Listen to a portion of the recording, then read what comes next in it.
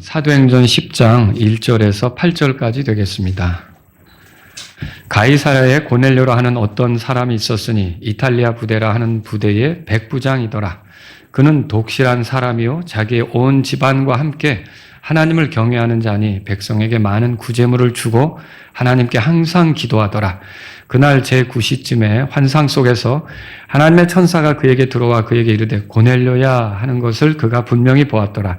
그가 천사를 바라보고 두려워하여 이르되 주여 무슨 일이시니까 하니 천사가 그에게 이르되 내 기도와 구제가 올라와 하나님 앞에서 기억되었도다. 지금 사람들을 요바로 보내어 별칭이 베드로라 하는 사람 시몬을 부르라. 그가 무두장이 시몬이란 사람과 함께 묵고 있는데 그의 집은 바닷가에 있느니라. 그가 내게 마땅히 해야 할 일을 말해주리라 하더라. 7절 8절 같이요.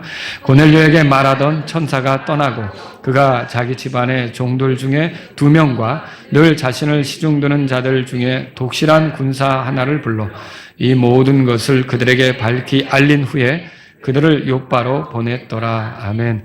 자, 오늘은 고넬료 이런 제목으로 여러분에게 말씀을 드립니다. 사도행전 9장하고 10장에서 주로 하나님께서 이렇게 이제 보여주시고자 하는 인물이 누구냐면 원래 9장은 사울에 대해서 사울의 회심에 대해서 이렇게 소개한다고 하면 이제 10장에서는 이제 고넬료의 회심을 말하기는 하지만 어떻게 보면 이제 베드로가 사역하는 것을 다룬다 그렇게 보시면 되겠어요. 그러니까 사울은 이방인을 위한 사역자로 부름을 받은 거고 베드로는 최초로 그 이방인을 회심하는데 복음 전도자로 쓰인 거고 이렇게 해서 하나님께서 하시는 일이 처음에 예루살렘과 유대, 사마리아 이런 지역으로 이렇게 복음이 전해지면서 많은 사람들이 예수님을 믿게 했다면 이제는 땅의 맨 끝지역까지 이렇게 복음이 전해지도록 하는 그 일을 진행하실 거라는 것을 이 9장과 10장을 통해서 보여준다. 그렇게 보시면 되겠습니다.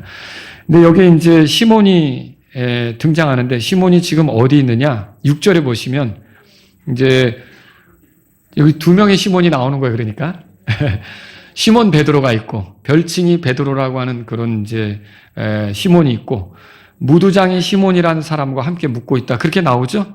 자, 여러분 여기서 그 베드로의 모습이 상당히 많이 바뀌었다는 걸 알 수가 있어요. 지난주에도 제가 베드로가 그냥 매너리즘에 빠져서 이렇게 있기보다는 적극적으로 온 지역을 다니면서 예수님에 대해서 증언하려고 했다고 말씀을 드렸죠. 이 표현도 보면은요, 무두장이 시몬이라는 사람과 함께 묵고 있는데 누가? 베드로가. 근데 이 베드로가 굉장히 변화된 것을 우리가 여기서 볼 수가 있는 거죠. 왜 그러냐면 이 무두장이라고 하는 직업이 뭐냐? 이게 짐승의 가죽을 벗겨서 그거를 이제 다듬어 가지고 쓸만한 가죽으로 만드는 그런 일을 하는 사람이에요. 그러면 죽은 짐승을 벗겨낸다. 그 시체를 어떻게 보면 그 짐승 시체잖아요.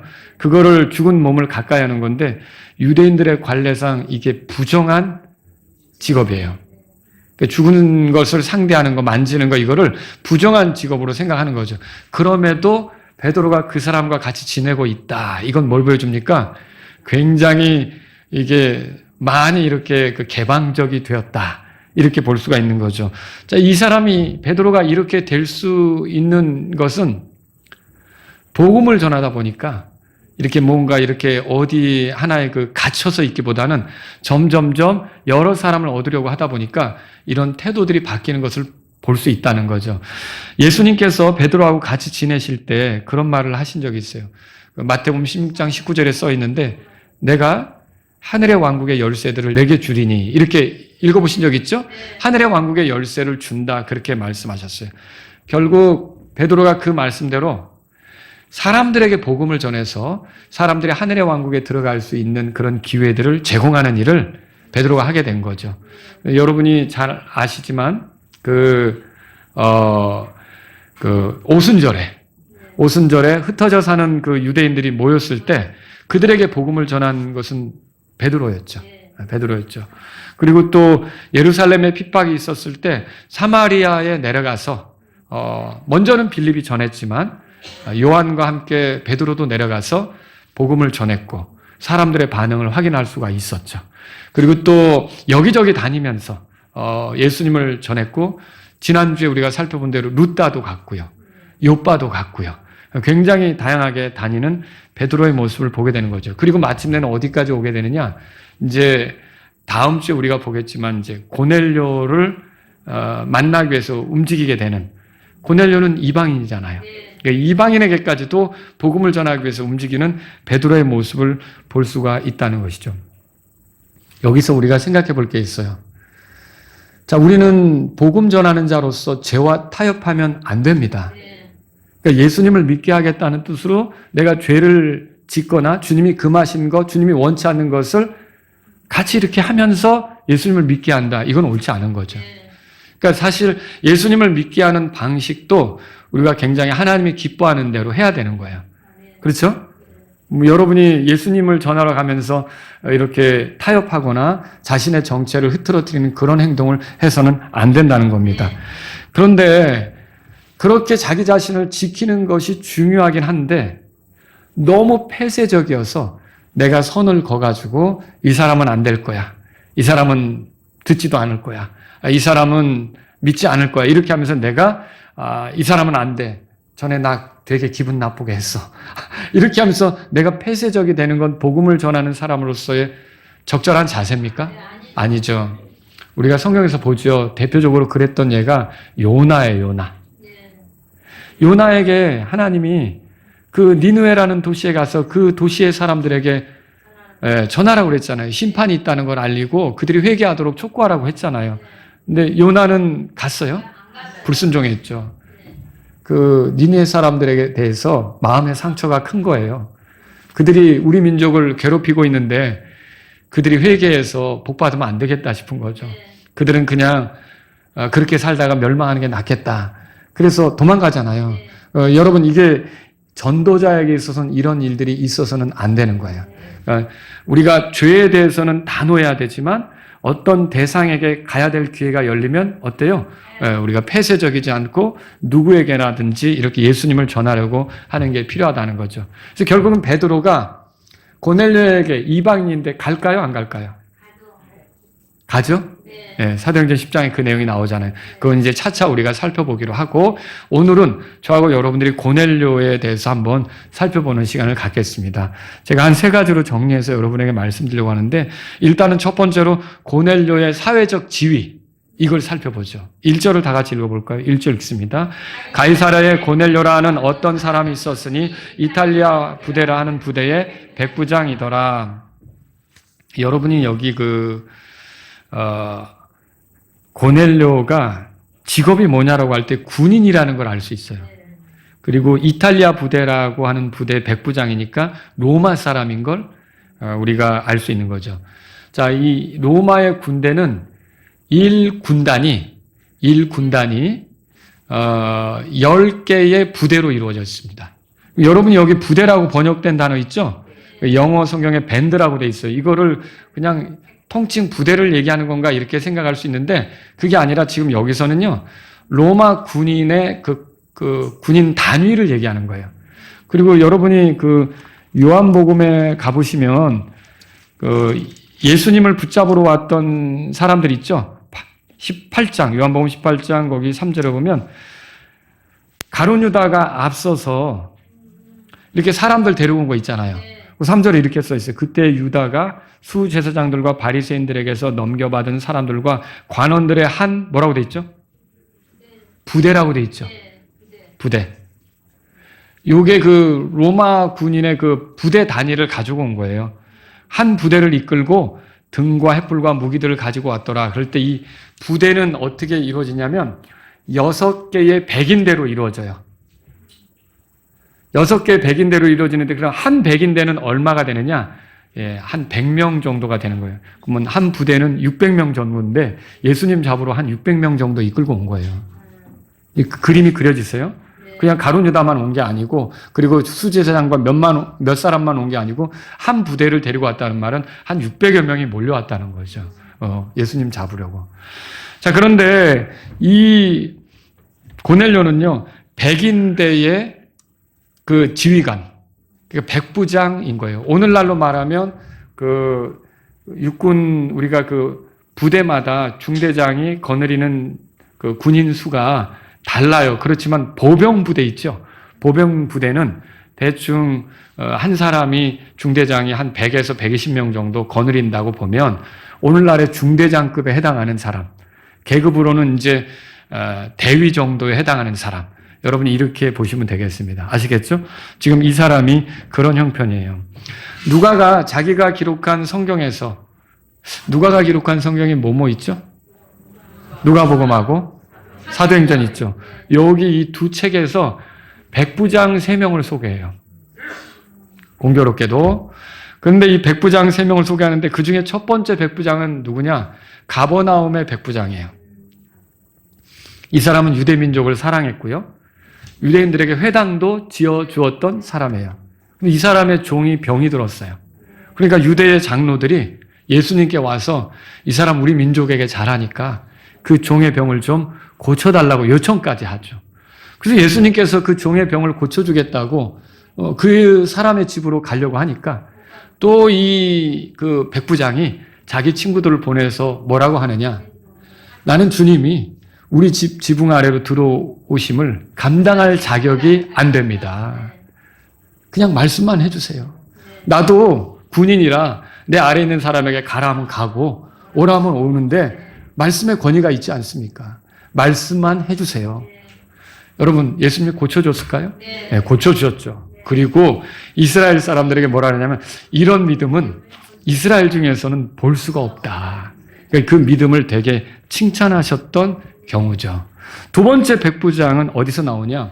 누가복음 23장에서 나오는데 예수님이 십자가에서 고난당할 때 그 예수님이 맞으시고 끌려가시고 십자가 매달리는 걸 그 사형 집행하는 거 있잖아요. 이때 이걸 다 지켜본 백부장이 있어요. 근데 이 백부장이 이 되어지는 모든 일, 예수님 십자가 못 박혔을 때 하늘이 어두워졌죠? 막 그 땅이 흔들렸죠? 막 이런 막 그런 일들이 다 되어지는 걸 보면서 그리고 심지어 그 예수님이 하시는 말을 다 들었죠. 가까운 데서 다 듣잖아요. 뭐라고 말씀하시는지. 자기를 못 박으라고 외친 사람들을 위해서도 하늘의 아버지께 기도하면서 저들의 죄를 용서해달라고 하고 저들은 자기들이 하는 걸 알지 못한다고 하고 이런 그 표현들을 다 들은 거죠. 그 백부장이 결과적으로 예수님의 죽으심을 다 지켜보고서 이분은 의로우신 분이시다. 이렇게 마음의 정리를 하고 하나님께 영광을 돌렸다는 기록이 나와요. 이게 이제 두 번째 백부장이에요. 그리고 세 번째 백부장은 오늘 우리가 살펴보려고 하는 가이사라의 백부장인데 앞에 두 명의 이름이 나오질 않아요. 근데 이 사람은 이름이 나오는 거예요. 뭐라고 그랬죠? 예, 고넬료라고 이렇게 명확하게 소개되어 있죠. 근데 이 사람이 특이한 점은 뭐냐면 예수님이 승천하신 이후 그리고 제자들에게 가서 복음 전하라고 이렇게 사명을 주잖아요. 그 이후로 최초로 이렇게 예수님에 대해서 반응을 하게 되는, 믿음으로 반응하게 되는 이방인이라는 거죠. 물론 그의 가족과 함께. 그래서 오늘 이 고넬료를 우리가 좀 진지하게 살펴볼 필요가 있다는 거죠. 자, 이제 고넬료의 두 번째 고넬료에 관해 두 번째 말씀을 드리고 싶어요. 이건 뭐냐면 종교적인 모습을 좀 보자는 거죠. 자, 이거는 2절에서 4절까지 해서 볼 수가 있는데 2절 한번 다 같이 읽어보죠. 읽습니다. 그는 독실한 사람이요 자기의 온 집안과 함께 하나님을 경외하는 자니 백성에게 많은 구제물을 주고 하나님께 항상 기도하더라 그랬어요. 우선 그가 독실한 사람이라고 그랬어요. 여러분이 이게 개역 성경에는 아마 경건하다고 돼 있을 거예요.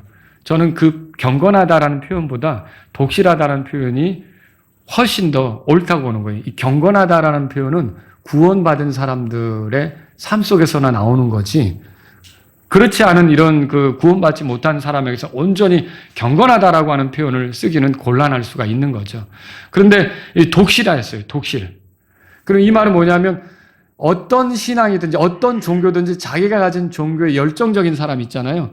그런 걸 우리가 독실하다고 할 수 있죠. 예를 들면 저 사람 불교 아주 독실하게 믿어. 저 사람은 이슬람교 아주 독실하게 믿어. 이렇게 저 사람 유대교인데 아주 독실해. 이렇게 얘기할 수 있잖아요. 여러분이 그렇게 이 독실하다는 의미를 정리하면 되겠습니다. 7절에 보니까 고넬료뿐만 아니라 고넬료를 시중두는 사람들 중에 독실한 군사도 있었다라는 표현이 나와요. 아시겠죠? 그래서 이 독실하다라는 표현이 이거 꼭 예수님을 믿는 사람에게만 사용하는 건 아니고 믿는 사람에게도 쓸 수도 있죠. 예수님을 독실하게 믿는다 이렇게 쓸 수도 있겠지만 이건 굉장히 광범위하게 쓸 수 있는 표현이다. 이렇게 보시면 되겠죠. 또 고넬료는요. 자기 집안과 더불어 하나님을 경외하는 사람이었어요. 이 경외한다라는 표현은 뭐냐면 두려워한다, 존중한다 이렇게 말할 수 있어요. 그러니까 이거는 여러분들도 가만히 보시면 꼭 구원받은 뒤에만 우리가 진짜 하나님을 두려워하느냐, 구원받기 전에도 하나님을 두려워하는 사람들이 있을 수 있어요. 양심이 이거 보고 계신데 내가 이러면 안 되지 이런 얘기도 하고요. 우리가 또 그런 얘기 꺼낼 때도 있잖아요. 하늘이 무섭지도 않느냐. 그럼 하늘이 뭘 하길래요? 그게 보이지 않는 존재에 대한 얘기잖아요. 거기에 대한 이런 두려움을 가지고 살아갈 수가 있는 거죠. 그래서 고넬료는 이렇게 하나님을 두려워하고 존중하는 사람이었다. 이렇게 볼 수는 있어요. 저도 제가 볼 때 복음을 이해한 게 그 뒤인데 중학교 3학년 올라가면서 그때 2월 달이었죠. 이게 하나님이 계시구나. 이거를 알게 됐어요. 그리고 그때 어떤 생각을 했냐면 그전에는 어머니가 교회를 가자 해서 갔지만 이제는 그렇게 할 필요가 없겠다. 내가 기꺼이 하나님을 향해야겠다. 하나님을 찾아야겠다. 하나님을 가까이 해야겠다. 이런 생각을 했던 거죠. 근데 구원받은 거는 아니에요. 구원받지 못했어도 그런 생각을 가졌던 거죠. 우리가 그렇게 볼 수가 있는 거예요. 그래서 고넬료도 하나님을 존중했고 두려워했다. 우리가 그렇게 이해할 수가 있는 거죠. 자, 이 2절의 말씀을 보면요. 온 지방과 함께 하나님을 경외했다라는 표현에서 두 가지를 발견할 수 있는데 첫째는 유대인들처럼 유일신론. 그리고 그것을 이제 인정한다고 볼 수가 있고 또 도덕적으로 그 유대인들이 가지고 있는 기준이 있잖아요. 십계명 같은 거. 이런 것들을 이 사람도 존중했을 것이다. 이렇게 생각해 볼 수가 있는 거죠. 그래서 하나님 앞에 함부로 살면 안 된다. 이런 생각을 가지고 살아간 사람으로 보여지는 거예요. 그리고 두 번째로요. 자기 집안과 함께 이렇게 뭔가 잘 해보려고 하는 모범적인 가장이었으리라. 그렇게 생각을 해볼 수 있는 거죠. 여기에 그 2절에 온 집안과 함께 하나님을 경외하려고 했던 거잖아요. 이래서 아주 이 고넬료는 참 좋은 가장으로서의 역할을 했던 그런 사람으로 보인다. 이렇게 볼 수 있는 거죠. 또 여기에 보시면 2절 끝에 백성에게 많은 구제물을 줬다. 그렇게 돼 있어요. 그러면 어려운 사람을 돕는다는 얘기죠? 자, 이거는 세상 사람들도 교회는 안 다녀도 누군가 어려운 사람을 돕는 일을 보면 야, 저 사람 훌륭한 일을 하네. 이렇게 인정할 만한 거죠. 고넬료는 어려운 사람들을 도왔던 거죠. 근데 여기 백성이라고 그랬는데 이 사람이 지금 주둔하고 있는 데가 로마예요? 유대 땅이에요? 유대 땅이니까 어떤 백성을 돕겠어요? 유대인들을 돕고 있는. 그러니까 이게 생각을 해보면 간혹 어쩌다가 우리 일제강점기 때 일본 사람이지만 한국을 위해서 이렇게 일한 제가 어떤 변호사, 한국의 입장에서 이렇게 대변했던 일본 변호사 이야기를 읽은 적이 있어요. 근데 그것 말고는 일본 사람들에 대해서 되게 어때요? 우리 민족이 가지고 있는 감정이 좋지 않죠.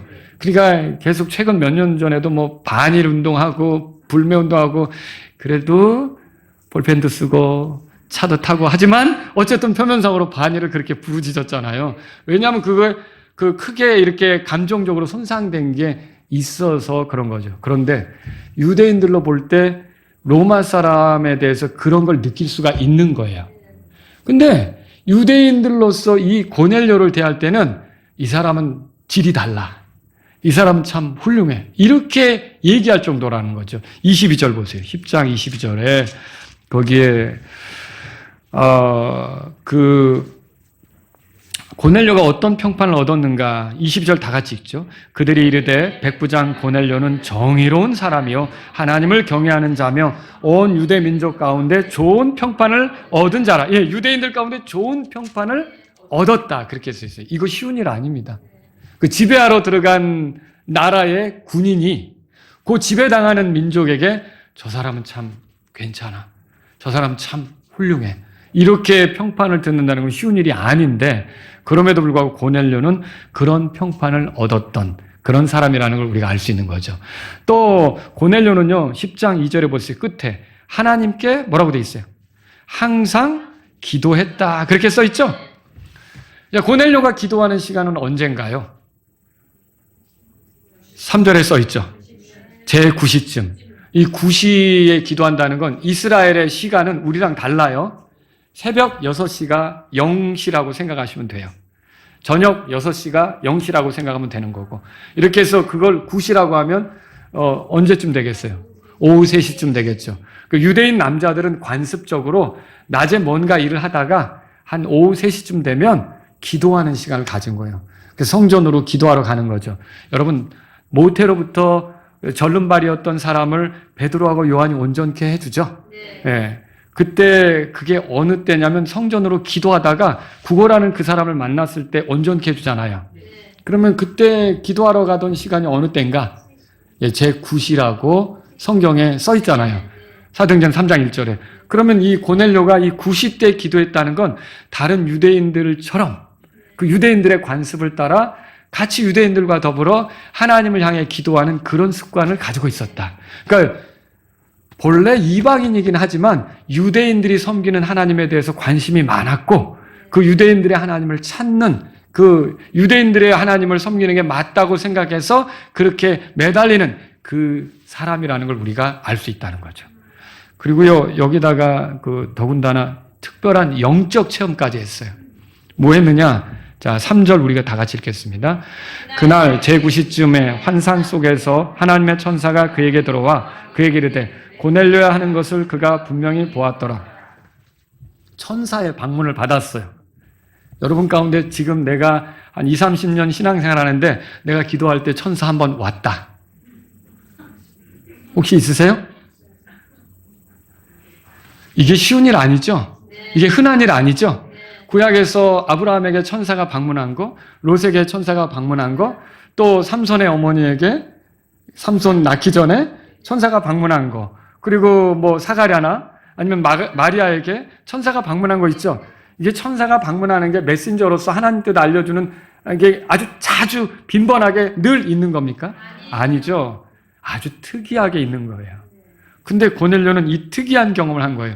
우리가 해보지 못한 경험이죠. 여러분 가운데 천사의 방문을 받아본 적은 없다 그랬어요.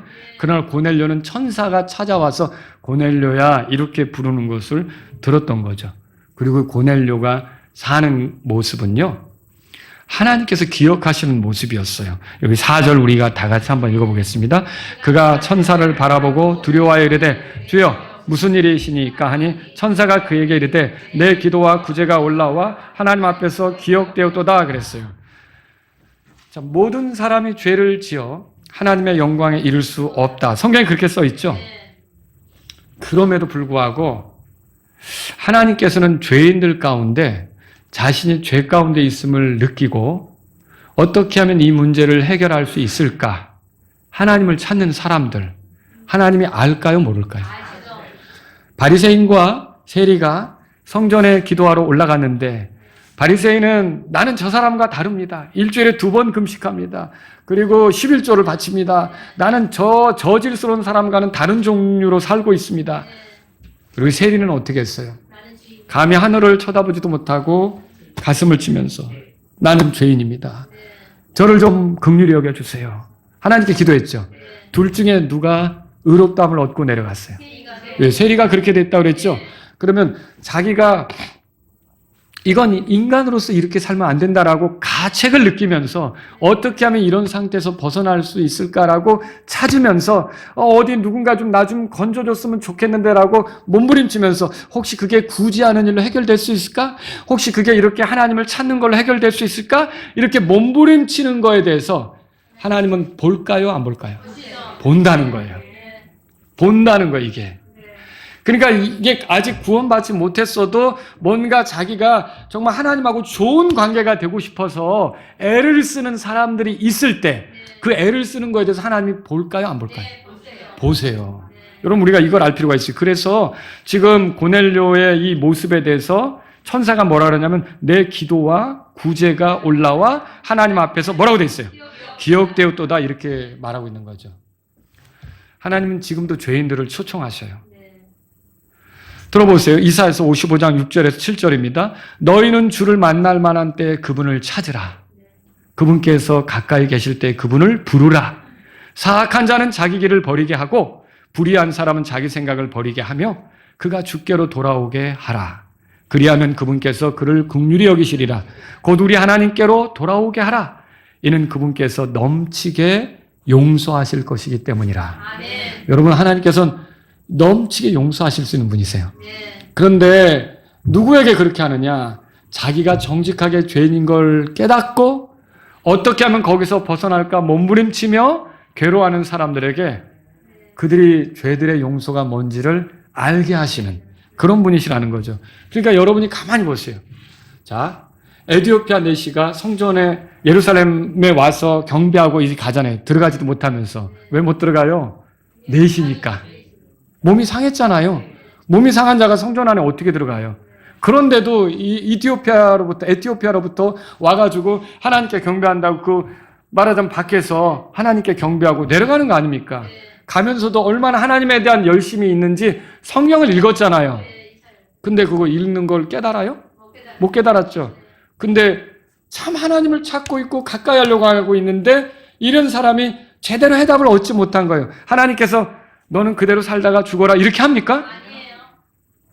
그 사람에게 더 옳은 길로 나오도록 인도할 수 있는 전도자를 보내죠.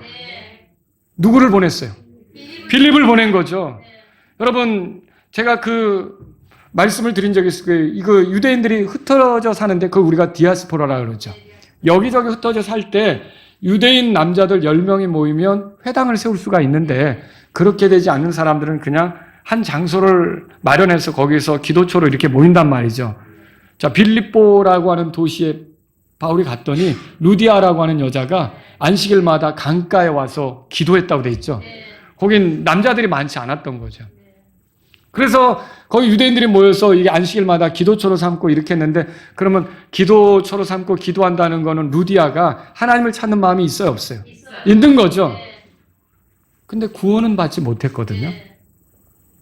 그럼 하나님께서 루디아에 대해서 모른 척하고 지나가시나요? 아시죠? 루디아에게 사람을 보내죠. 누구를 보내요? 바울을 보내죠.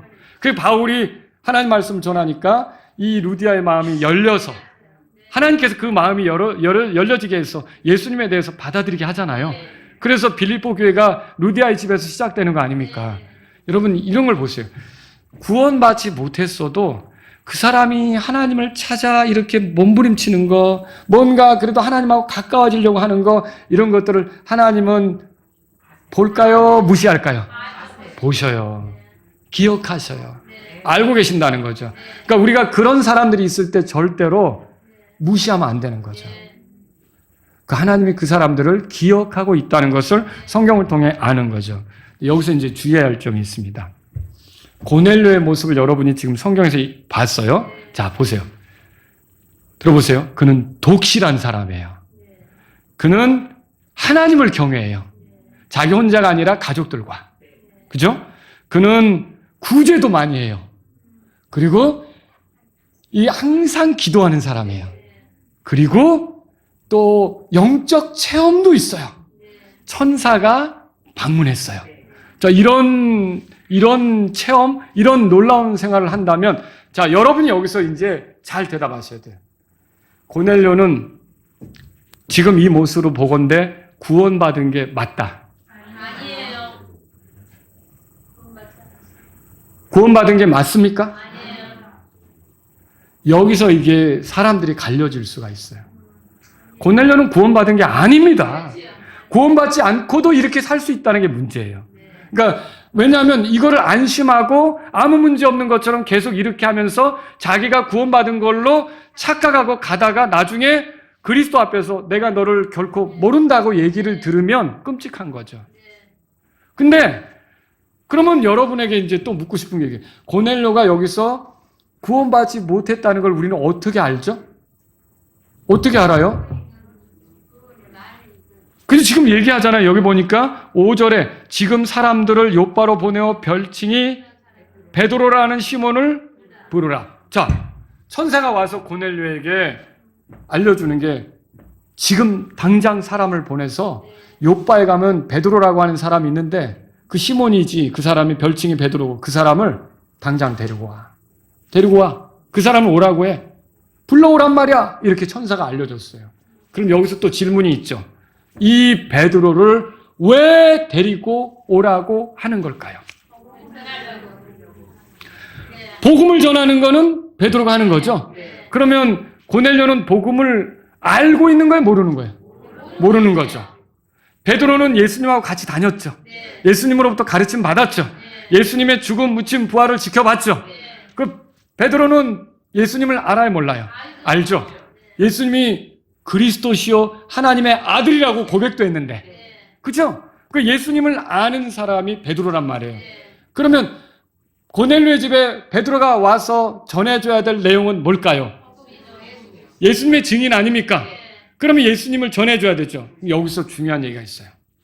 그럼 고넬료는 예수님을 안다는 거예요? 모른다는 거예요? 모른다는 거예요. 여러분, 이게 굉장히 중요한 문제예요. 지금도 교회 다니고, 지금도 구제 많이 하고, 지금도 독실한 기독교인이라고 자기를 표현하고, 지금도 우리는 온 집안이 다 하나님을 믿는다라고 믿는 집안이라고 얘기하고, 지금도 내가 이렇게 항상 하나님께 기도하는 습관이 있다고 얘기도 하고, 지금도 내가 영적 체험 같은 거 많이 했다고 얘기해도 자기가 죄에서 벗어나는데 예수님이 중요한 역할을 한다는 거, 그분이 아니면 내가 죄에서 벗어날 수 없다고 하는 놀라운 이 사실을 알지도 못하고 깨닫지도 못했다면 그 사람은 구원받은 겁니까? 아니라는 거예요. 여러분 이해하시겠죠? 그래서 이 고넬료가 모습은 굉장히 좋아 보이는데 영적으로 볼 때 나보다 낫다! 그렇게 말하면 여러분이 이상한 거죠. 고넬료가 영적으로 나보다 나아요? 내가 지금 나아요? 정말요? 모습은 좀 그래도 내가 더 나아요? 그걸 어떻게 알 수 있어요? 예수님이 내 구주라는 거, 내 주님이라는 거 여러분 알고 있습니까? 그런데 고넬료는 그걸 알아요, 몰라요? 모르죠. 이게 고넬료의 문제예요. 그래서 지금도 이걸 모르고 교회 다니면서 기도하고 영적 체험하고 구제하고 온 집안이 하나님을 믿는다고 주일날마다 하나님을 경외한다고 해도 이 문제가 해결이 안 되면 나중에 후회한다니까요. 그래서 사실은 하나님께서 이런 고넬료를 사랑하셔서 이런 고넬료의 열심이 빛을 발해야 되잖아요. 이런 열심이 무모한 열심으로 끝나지 말아야 되잖아요. 이게 헛되지 않도록 하기 위해서 정말 결정적으로 중요한 거를 베드로를 통해서 전하고자 하는 거예요. 그게 뭐예요? 예수님이죠. 예수님이죠. 그러니까 여러분과 제가 이 사도행전 10장을 통해서 알아야 될 건, 많은 사람들이 그냥 고넬료처럼 사는 모습으로 스스로 만족하다가 끝날 수도 있겠구나. 그게 아니라 하나님께서는 우리가 이 고넬료의 수준에 있기보다 예수님을 아는 수준으로까지 나오기를 원하시는구나. 그리고 예수님을 통해 진짜로 구원받아서 여기 열거된 건 내가 하나님으로부터 구원 얻기 위한 수단이 아니라 구원받은 사람으로서 하나님을 경외하고 독실하게 살고 구제도 하고 기도도 하고 이게 나오기를 원하시는구나. 여러분과 저는 그렇게 알 필요가 있다는 거죠. 자, 그래서 5절에 그렇게 욥바로 보내어 별칭이 베드로라는 사람을 불러오라고 한 거죠. 자, 그럼 고넬료가 이거 순종했습니까? 천사의 계시. 천사는 메신저잖아요. 누구 메신저예요? 주님의 메신저죠. 그러니까 주님이란 말을 쓰는 거고요. 그래서 이 주님의 메신저이기 때문에 이 천사의 말을 듣는다는 건 주님의 뜻을 받아들인다는 거죠. 고넬료가 이렇게 해서 어떻게 하냐면 욥바로 사람을 보내기로 하는 거죠. 자, 5절에 그 욥바가 나오죠? 근데 이게 또 욥바가 또 특이한 도시예요. 왜 특이한 도시냐?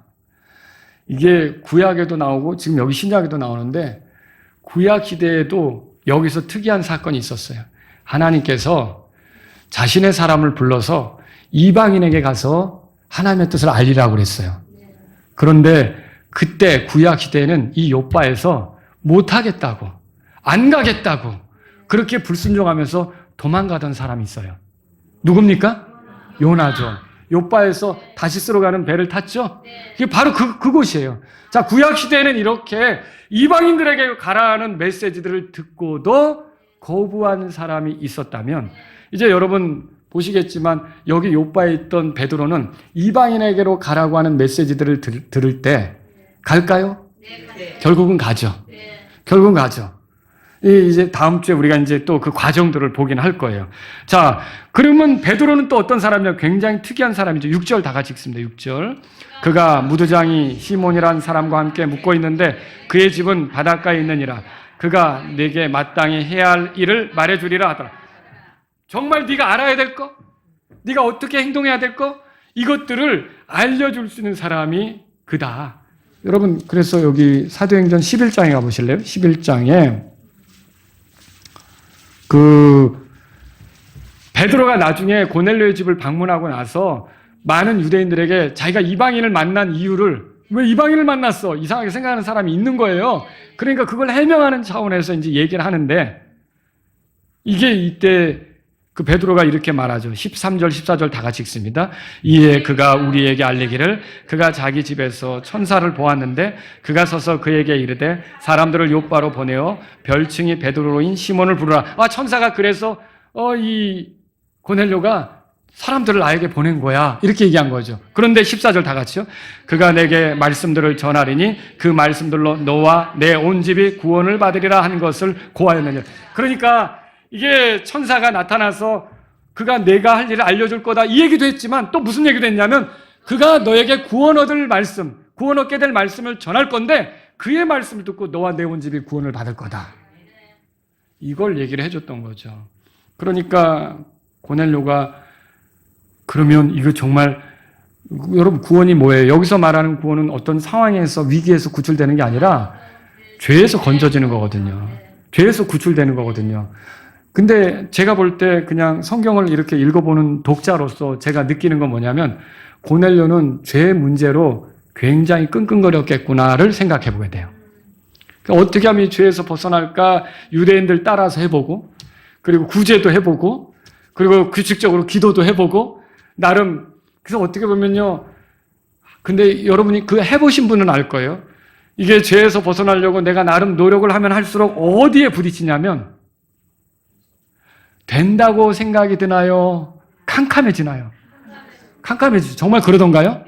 저도 제 과거에 이 율법을 지키면 하나님이 기뻐하신다니까 구원받기 전 얘기예요. 내가 율법을 더 잘 지켜봐야겠다라고 하면 할수록 유대인도 아닌 주제에 제가 하면 할수록 뭘 느끼냐면 안 되는구나. 안 되는구나. 이거 할 수가 없구나. 이거 어떻게 하냐? 나 같은 사람은 도대체 방법이 없네? 어떻게 구원되지? 여러분, 고넬료가 그런 상황 속에 처했을 거라는 생각을 해보는 거예요. 하나님께서 낫을 들 때, 그 추수하는 낫이죠. 사람을 이렇게 구원에 이르게 하는 그 낫을 들 때, 그 낫을 든다는 말은 복음을 전해서 이제 그 사람이 구원받게 하는 그런 순간인데 어떤 경우에 그렇게 하실까? 이렇게 생각을 해보면요. 벼도 우리가 빳빳이 섰을 때 낫을 들어요? 아니죠. 벼가 어느 때? 고개를 숙였을 때요. 벼처럼 고개 숙여야 된다는 말이 무슨 뜻으로 하는 표현인지 아시죠? 사람이 낮아져서 내 힘으로는 안 된다. 나는 무능력하다. 내가 할 수 있는 게 없다. 철저히 어떻게 하면 좋을까? 이렇게 사람이 벼처럼 고개를 숙이듯이 낮아졌을 때 저는 그때 지금 천사가 와서 너 베드로를 불러와. 그러면 구원 얻을 말씀을 그가 너에게 전해줄 거고 너와 내 집이 구원을 받을 거야. 이렇게 지금 한 것이라고 보여진다는 거죠. 여러분, 베드로는 복음을 전하는 특권을 갖게 됐어요. 여기 놀랍지 않습니까? 뭐냐면요. 왜 천사는 안 전하고? 천사가 메신저라면서요. 천사가 복음을 전해주면 안 될까요? 아니요. 천사가 지금 시대에 그렇게 할 수가 없어요. 여러분이 요한계시록을 읽어보면 그 마지막에 그 복음을 전하는 천사가 나오죠. 그때는 교회가 있어요, 없어요? 그 교회가 하늘로 올라갔잖아요. 그러니까 천사가 그 역할을 하는 거예요. 요한계시록 14장인가 나올 거예요. 여러분이 그거 찾아보시면 있을 텐데 거기에 영존하는 복음을 선포하는 천사가 하나 나오죠. 그러니 천사가 복음을 전하는 예외가 있기는 한데 지금은 복음 전하는 일이 천사에게 맡겨진 게 아니라 누구에게 맡겨졌어요? 우리에게 맡겨진 거예요. 구원받은 사람들, 예수님을 믿는 사람들, 예수님으로부터 증인이 되도록 부르심을 받은 사람들이 이 복음을 전할 기회를 갖게 되었던 거죠. 그래서 베드로는 아주 특이한 일을 하게 된 거예요. 그래서 이 베드로는요, 이제 이 고넬료 이방인에게 가서 복음 전할 수밖에 없는 그런 형편에 있게 된 거죠. 여러분, 근데 생각을 해보면 이제 11장 아까 우리가 봤잖아요. 거기서도 자기가 이방인을 만난 거에 대해 해명을 하는 모습이거든요. 근데 왜 해명이 필요할까요? 그 당시의 분위기가 뭐냐? 유대인이 이방인과 같이 음식을 안 먹어요. 이방인과 교제하는 걸 아주 불결하다고 생각해요. 그래서 여러분이 마태복음 18장에 교회 말도 듣지 않는 죄인, 그 교회 안에 있으면서 회개하지 않는 죄인, 그런 사람을 뭐라고 표현하던가요? 이방인과 세리처럼 여겨라. 그 말이 뭐예요? 같이 먹지도 말라는 뜻이에요. 같이 교제하지도 말라는 뜻이죠. 그러니까 이게 지금 그 이방인하고 교제를 안 하는 판에 베드로가 이방인을 만나러 간다? 이거 분명히 한 소리 들을 얘기예요. 그런데 가나요? 안 가나요? 가죠. 여러분, 이게 베드로가 굉장히 개방적이 되었던 걸 다시 한번 알 수 있는 거죠. 여러분, 이게 뭘 우리가 여기서 볼 수 있어요?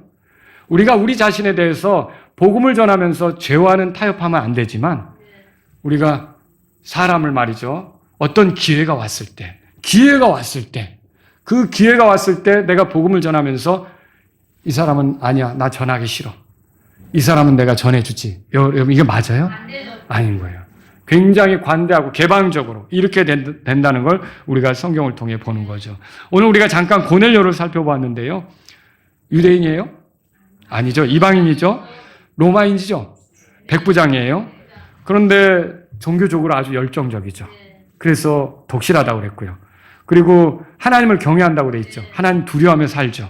그런 마음이 있는 거예요. 그 다음에 기도도 항상 했고요. 구제도 많이 하고요. 천사도 대면했어요. 그런데 여러분, 이런 모습 안에서 우리가 고넬료가 구원받은 거라고 지금 그 모습만으로 단정 지을 수 있어요? 없어요. 아니라 그랬죠. 가장 큰 이유는 뭐였어요? 예수님을 모르는 거죠. 여러분, 그렇습니다. 오늘날 기독교라고 하는 종교에 빠진 사람들에게 정말 필요한 분은 예수님이세요. 자기 힘으로 하나님하고 가까워지려고 노력하는 대신 예수님을 통해서 하나님하고 가까워지려고 해야 돼요.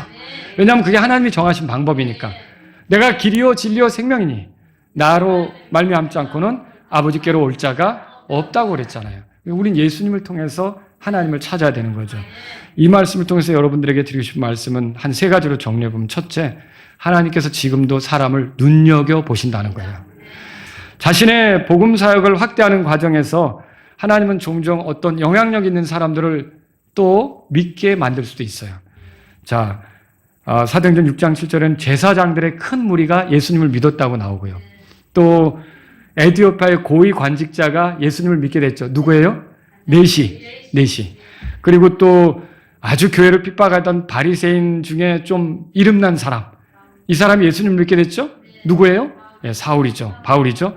그리고 백부장도 고넬료도 예수님을 믿게 됐어요. 저명한 사람의 회심이 또 여러 사람에게 큰 자극이 될 수도 있는 거죠.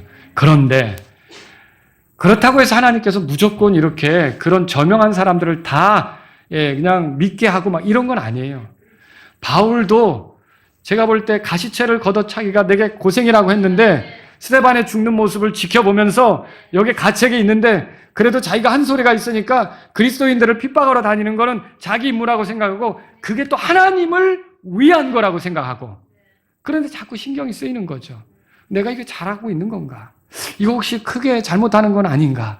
여러분, 이런 바울의 마음에, 사울이죠. 이런 사울의 마음에 주님께서 그런 것들을 아시고 결국은 사울아, 사울아, 내가 어찌하여 나를 핍박하느냐 다가오셨던 거죠.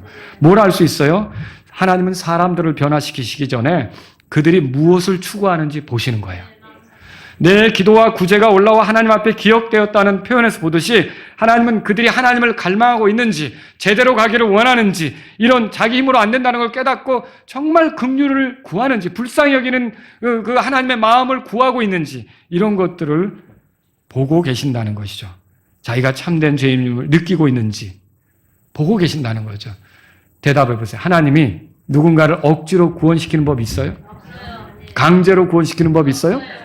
그냥 막 기도와 믿어 이렇게 너는 예정됐으니까 믿어야 돼. 이거 있어요? 여러분, 하나님께서는 그렇게 하시지 않습니다. 성경이 진리예요. 구하라. 그러면 주실 것이요. 찾으라. 그러면 찾으리라. 예, 구하는 자들에게, 찾는 자들에게 해답을 주시는 분이 주님이시라는 거죠. 자기를 깨닫고.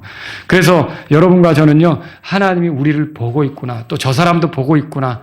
그런 생각으로 우리가 그 사람들을 위해 기도해주고 우리 자신을 또 하나님께 맡기고 이런 것들이 필요한 거죠. 두 번째로요, 하나님께서는 지금도 자신의 뜻에 순종하는 사람을 더 분명한 진리에 이르게 하시는 거예요. 더 좋은 경험을 하게 하시는 거죠. 고넬료가 백성의 구제물을 많이 주었고요. 하나님께 항상 기도했는데 잘한 거죠. 그런데 하나님께서 그 고넬료를 지켜보다가 천사를 보낸 거예요. 천사를 보내고서 어떻게 하냐면 베드로를 모셔오게 해라. 자, 고넬료 순종했습니까? 네, 순종했죠. 자, 이런 순종이 결국 고넬료의 가정에 구원이라고 하는 결말을 맛보게 하잖아요. 경험하게 하잖아요. 여러분, 그렇습니다. 우리가 배운 것들을 무시하지 않고 존중할 때 하나님으로부터 더 풍요로운 것들을 누리게 되는 원리가 있어요.